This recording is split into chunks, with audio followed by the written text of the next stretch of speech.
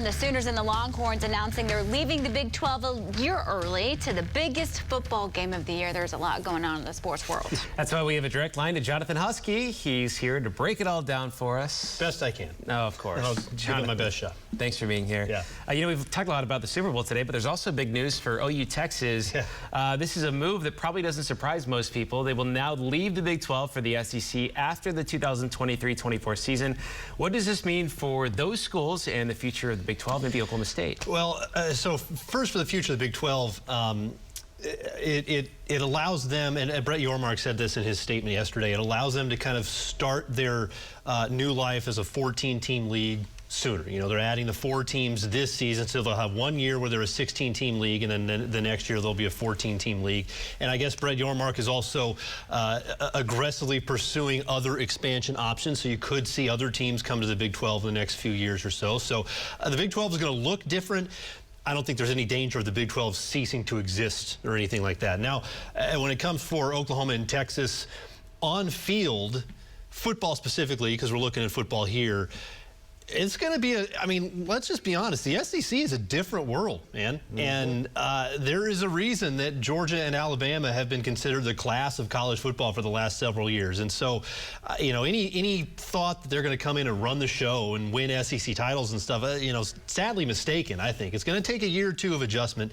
But then, honestly, I think actually the bigger thing that no one's really talking about yet is how this helps them in the future. Porter Moser said this morning. What helps him now recruiting-wise is that when he goes and talks to recruits, he can say, we're going to the SEC this year. It's a done deal. It's happening. There's no more questions. There's no more, well, maybe this. It's a definitive. We know that this is happening. And he thinks that'll help him, and you know, it will go for the other sports as well when it comes to recruiting. There's a definite timeline for this whole situation now.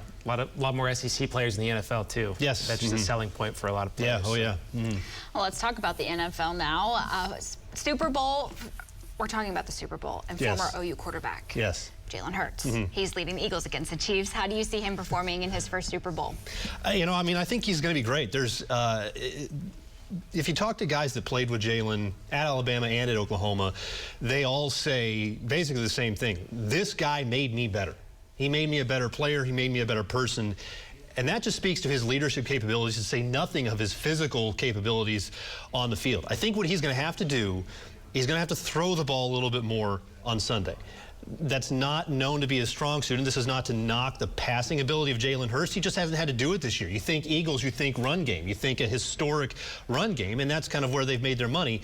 The Chiefs, though, know that. And the Chiefs are not going to let them beat them on the ground. So I think Jalen's going to have to throw it a little bit more than he has the last couple weeks and throw it well, not turn it over, kind of the old football tropes for them to have success. Yeah. What about Patrick Mahomes?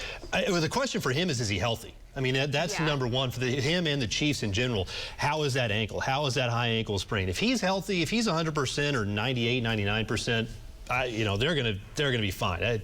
Patrick Mahomes is quickly approaching the territory of you just don't bet against Patrick Mahomes, period. I mean, he has done some things that he's rapidly ascending that list of best of all time in some categories. And so if he's healthy, you got to like the Chiefs.